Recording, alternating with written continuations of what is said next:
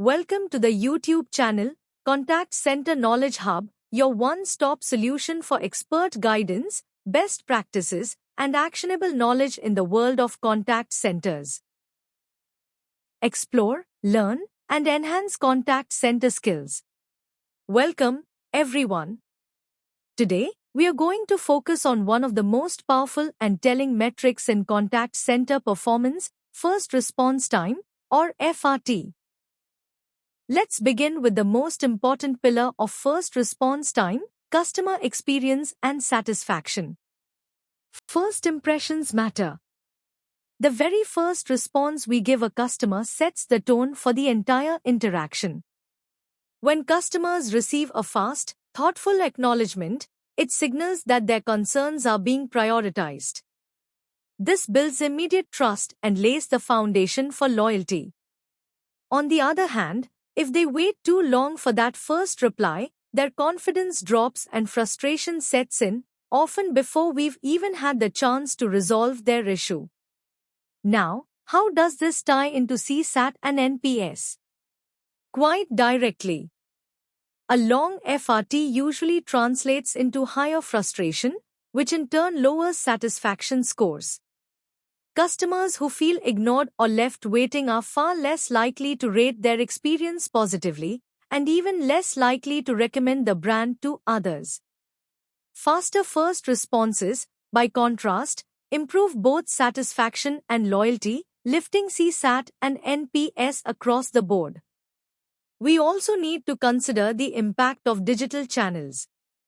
Expectations here are completely different from traditional voice. On chat, messaging, and especially social media, customers expect near-instant responses. A delay of just a few minutes can feel like an eternity online. And because these channels are public, slow response times don't just disappoint the customer, they damage brand perception visibly and quickly. The key takeaway here, first response time is not just a number, it is a customer experience moment. A strong, timely first reply can convert frustration into reassurance and create the foundation for loyalty, while a poor one can erode trust before the real conversation even begins. Would you like me to also create a visual slide framework that shows this flow? First impressions, CSAT, NPS, digital channel expectations, in the same 3D symbolic style we've been building for your deck. Now let's look at the second pillar of first response time, its impact on service level and SLA compliance. In many contact centers, service level agreements are the backbone of performance measurement. These contracts or internal commitments often specify very clear response time targets. For example, a BPO may be required to respond to 80% of customer emails within 1 hour, or to 90% of chats within 30 seconds. This means that first response time is not just a customer experience metric, it is a compliance metric. If FRT slips, it doesn't just affect satisfaction, it can also trigger SLA breaches. For outsourcing providers, this can result in financial penalties, strained client relationships, or even loss of business. For in-house centers, while the risk isn't contractual penalties, the impact is still serious. Poor FRT degrades internal KPIs, reduces efficiency, and creates pressure on other metrics like CSAT and abandonment rates. The key insight here is simple: maintaining strong first response times is essential to staying compliant, protecting business relationships, and avoiding costly consequences. In short, FRT is often the deciding factor between hitting targets and facing penalties. Next, let's talk about how first response time directly drives operational efficiency and queue management. When customers receive a fast initial response, they're less likely to send repeat messages or follow-up contacts.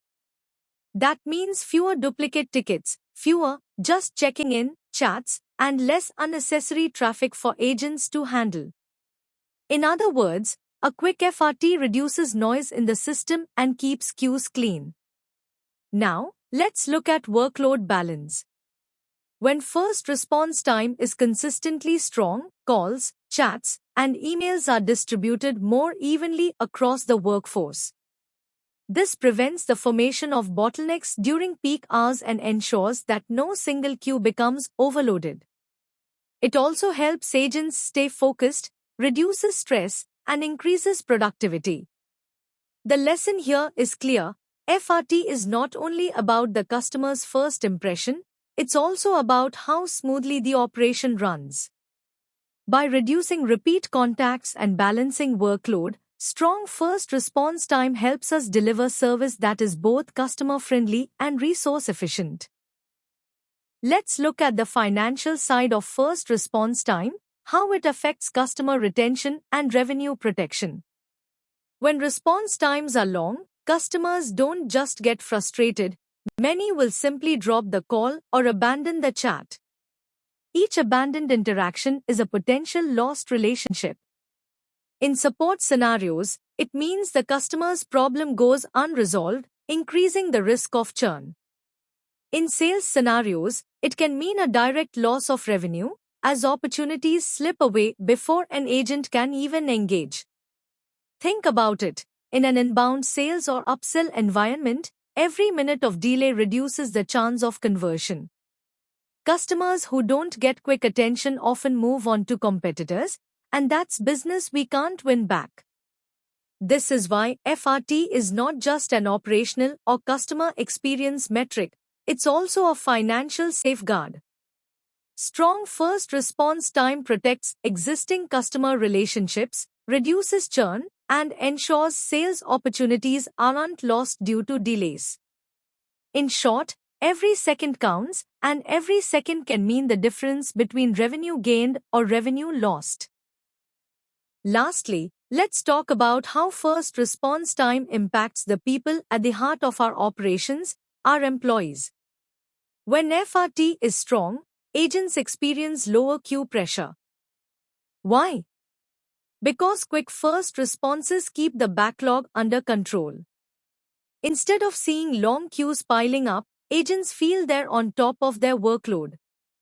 This reduces stress and burnout, and it translates into higher job satisfaction and morale. Another benefit is better time management. Strong FRT ensures that customers are acknowledged promptly, which prevents excessive idle time between when a query arrives and when it's picked up. Agents stay engaged and productive, rather than waiting for cases to build or dealing with impatient, frustrated customers. The takeaway is simple: faster first responses aren't just good for customers, they're also good for employees. When agents feel confident and less pressured, they deliver better service, stay motivated longer, and contribute to a healthier workplace culture. Finally, let's look at how first response time shapes the digital and omni-channel customer experience. Customers today interact with brands across multiple channels: email, chat, voice, and social media. But their expectations vary dramatically.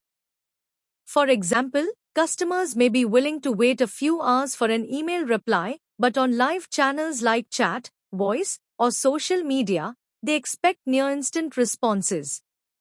If those expectations aren't met, dissatisfaction grows quickly, especially on public platforms where delays can damage reputation in real time. This brings us to brand perception. A company that responds quickly and consistently across all channels builds a reputation for being reliable, attentive, and customer-first. On the other hand, inconsistent FRT, fast on one channel but slow on another, creates frustration and erodes trust in the brand. The bottom line: FRT is the foundation of a strong omni-channel strategy. Meeting customers where they are, with speed and consistency, is one of the most powerful ways to strengthen brand reputation and loyalty in the digital age. To wrap up, let's explore how first response time connects with other critical contact center metrics. When FRT is high, meaning customers wait longer for that first acknowledgement, we often see a ripple effect across operations.